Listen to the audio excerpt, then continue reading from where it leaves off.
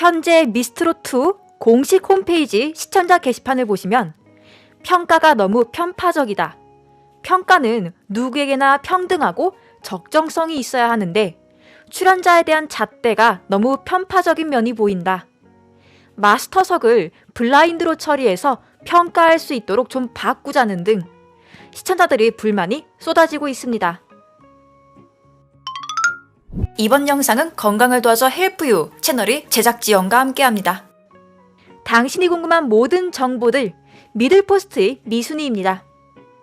미스트롯2가 형평성 없는 심사로 시청자들의 불만과 아쉬움을 부르고 있고 왜 팀미션 심사부터는 정동원 군을 제외하고 트롯맨들이 등장하지 않는지 그 이유에 대해서 살펴보도록 하겠습니다. 지난 1월 7일 방송된 TV조선 예능 프로그램 미스트롯2에서는 본격적인 본선 1라운드 장르별 팀미션 경연이 펼쳐졌습니다. 지난 방송에서는 많은 기대를 모았던 현역부 B조가 불협화음으로 마스터들의 호평을 받는 모습이 보여졌는데요.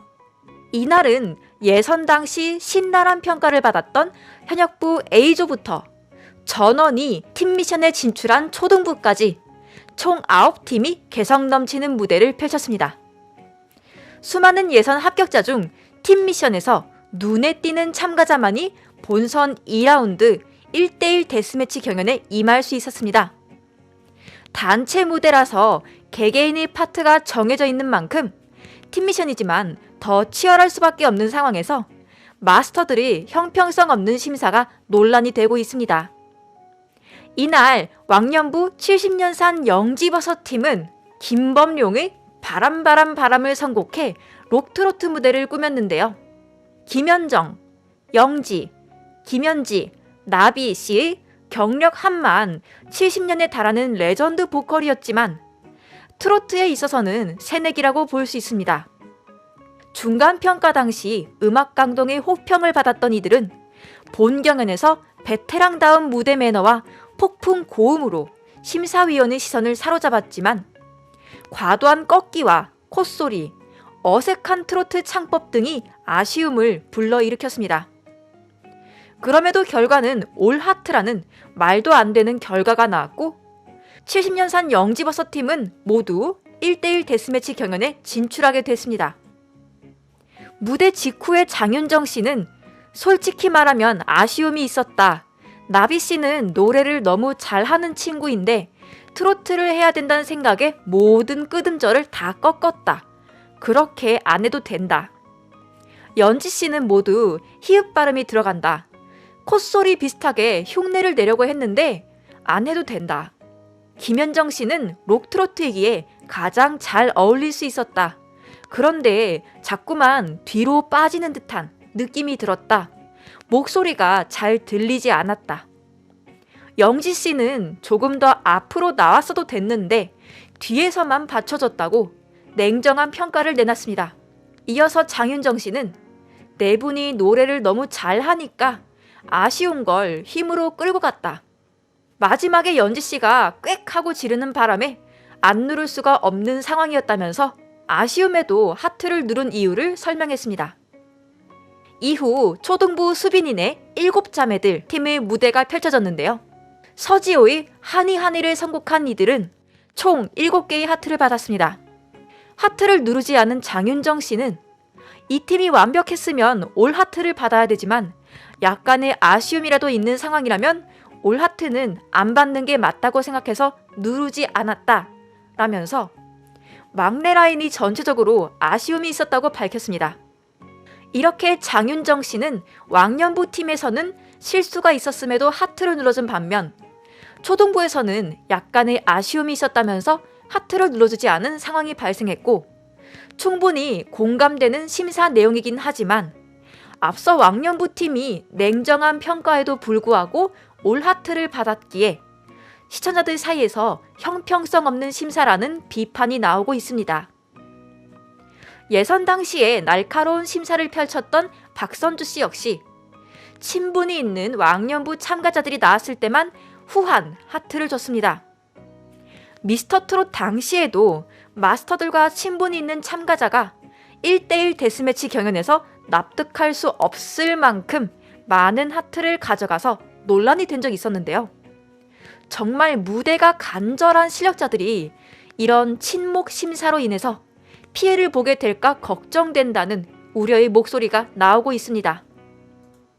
또한 장윤정, 박선주 씨뿐만 아니라 조영수 씨에게 시아의 김현주 씨를 평가할 때 개인적인 감정으로 인해 객관적으로 평가를 하는 자리에서 눈물을 흘려서 심사에 암묵적으로 영향을 주었다고 하시는 분들도 계셨습니다.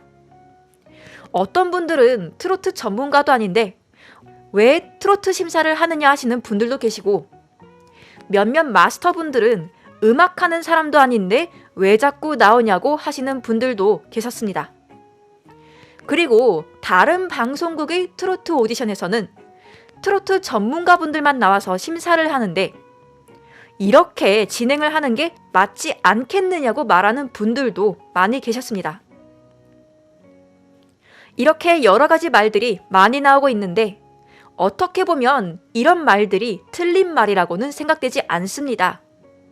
하지만 제작진들의 입장에서 본다면 미스트롯2는 오디션 프로이면서도 예능 프로이기 때문에 두 마리 토끼를 다 잡으려고 하다 보니 어쩔 수 없이 이처럼 심사위원을 구성했다고 생각합니다.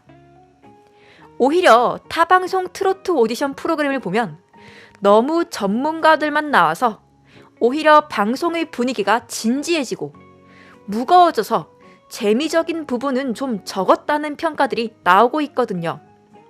그런 점을 생각해서 미스트롯2 제작진들은 트로트 전문가, 비전문가가 함께 구성할 수밖에 없었다고 생각합니다.